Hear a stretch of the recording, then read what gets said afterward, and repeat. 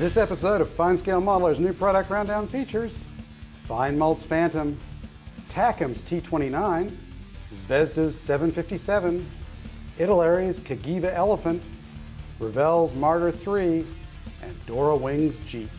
New product rundown brought to you by Hobby Zone USA, your source for hobby storage solutions, hard to find hobby tools, and aftermarket modeling needs. Welcome to New Product Rundown, FineScale Modeler's monthly look at what's new. I'm Aaron Skinner.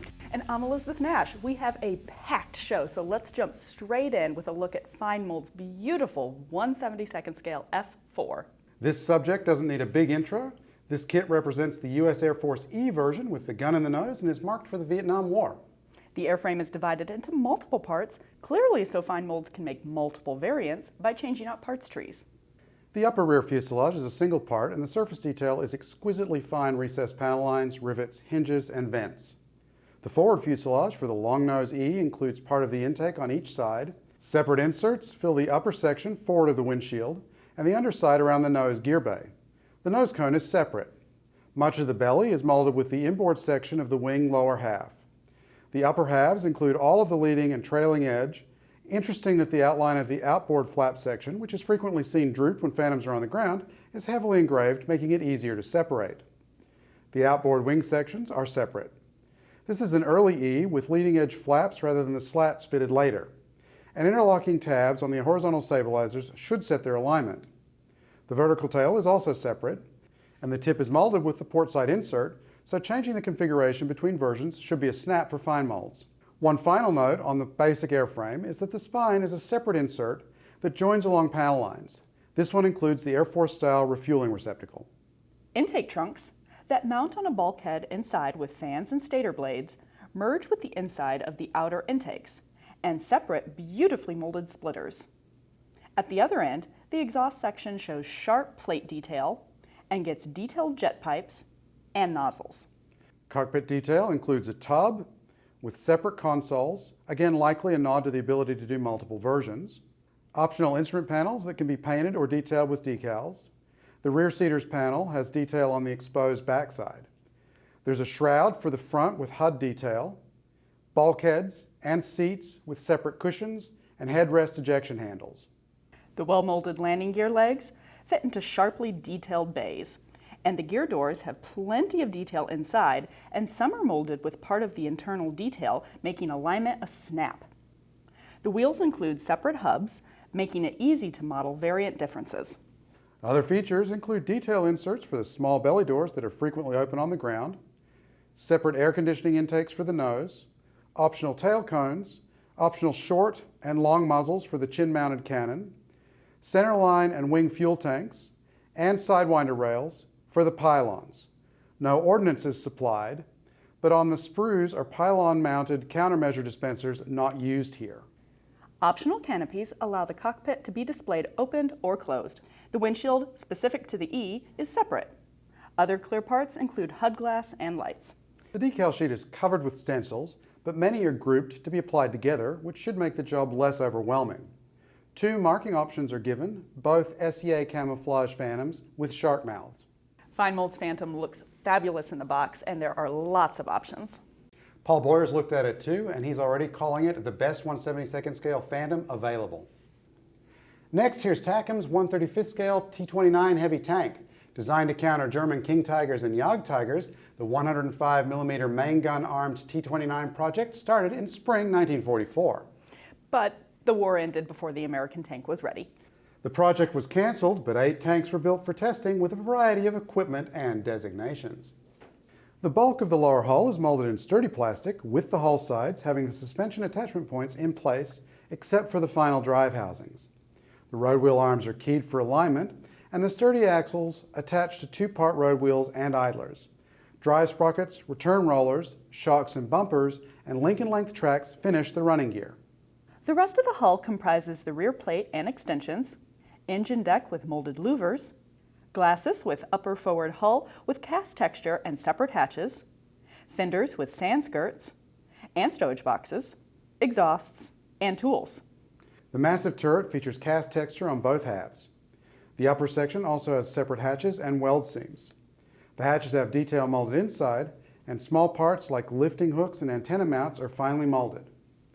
Optional parts allow the mantlet to be built bare or fitted with a dust cover.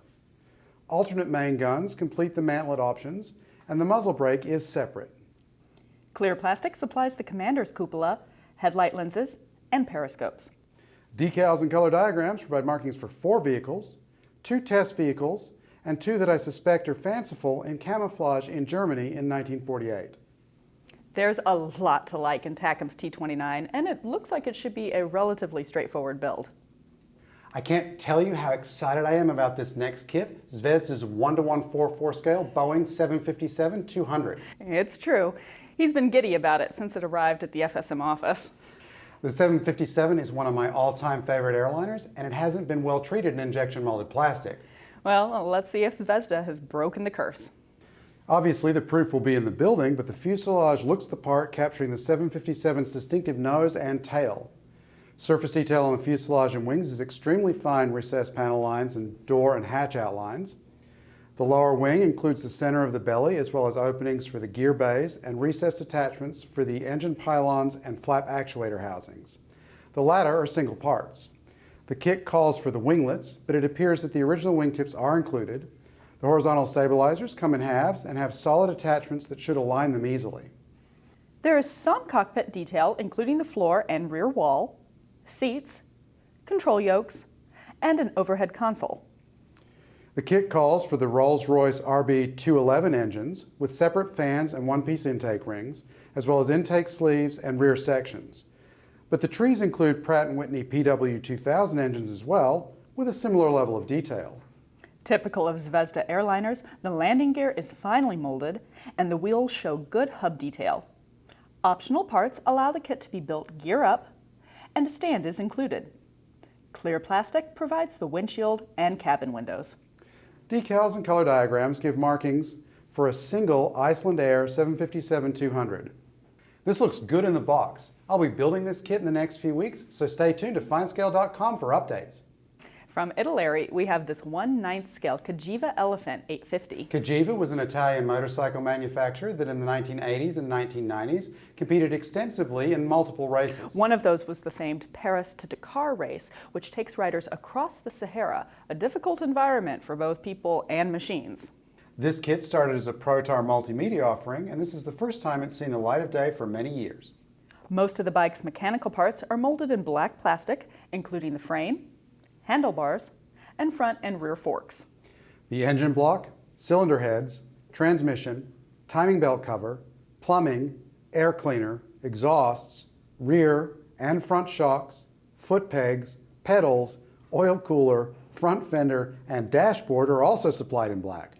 The distinctive body fairings come in white plastic, including the front with the headlight opening, rear fender, seat, mirrors, fuel tank, and lower and upper engine covers. The wheels, brake rotors, and sprockets ground the bike. The soft vinyl tires have aggressive knobby tread and are branded for Michelin. Also supplied in soft rubber are covers for the springs on the front forks and grips for the handlebars. The drive chain is designed to be workable. It assembles from layered parts, and ultimately those attach after the heads are mushroomed with heat.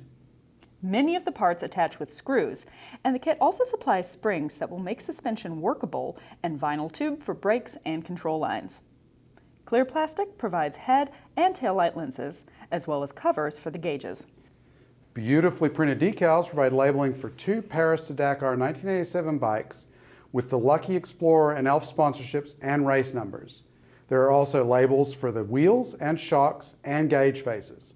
This is a sharp kit of a different subject and should appeal to motorcycle fans. Revell brings us our next kit, a 1/72nd scale Marder III Ausf M. This German self-propelled gun was built on the chassis of a Czech-designed Panzer 38T.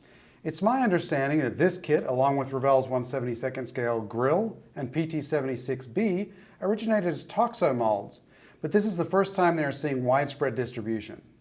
Despite the small scale and the model ending up less than 3 inches long, the parts show nice detail.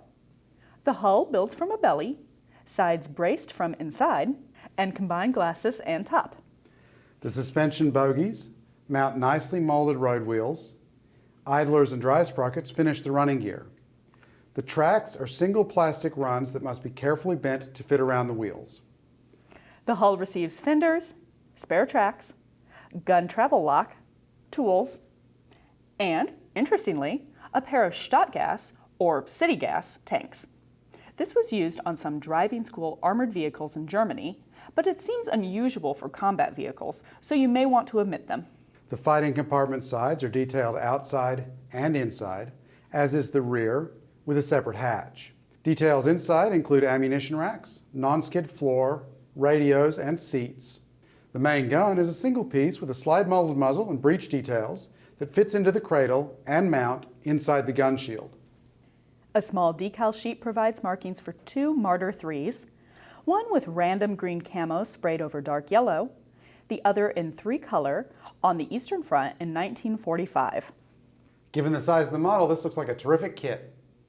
Dora Wings makes a habit of choosing subjects that are often ignored by other manufacturers.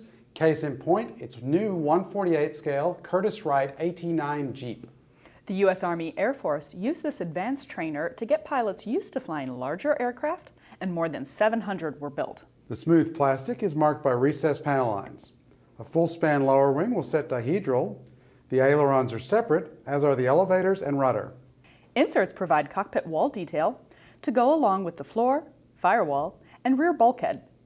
Other cockpit detail includes seats, consoles, and instrument panel. The engines are comprehensive with cylinder banks, push rods, manifolds, exhausts, props, and cowls. The gear bays behind them mount the main gear legs. Clear parts supply the windshield and upper windows, as well as the cabin doors and lights. Photo-etched metal provides seat belts, controls, engine details, instrument panel faces, and rudder pedals. Sharply printed decals give markings for 4 AT9s, one from the 556th School Squadron in natural metal with bright blue and yellow trim, another with red trim at Lubbock Army Airfield, a third in natural metal with olive drab and white trim at Randolph Army Airfield, and finally, an olive drab and neutral gray aircraft from the 338th Fighter Squadron. The AT9 is a pretty airplane and should be a welcome kit for many looking to build something different. Look for a review of it at FineScale.com, where you'll also find reviews of the Phantom, T29, 757, and Cagiva. And while you're on the website, be sure to check out all the other great reviews, how-to stories, and videos. And stop by CombatHobbyStore.com, where you'll find things like tools and great references like this new series we have from Schiffer, Legends of Warfare, and Flight. Thanks for watching. I'm Elizabeth Nash. And I'm Aaron Skinner. We'll see you back here next month. And it looks like it should be a... That was a kit box falling. Sorry about that. That was my moment. I could feel it. That was your moment. If that was your moment, your life sucks. Acting. Oscar, please. Fudger Nutter.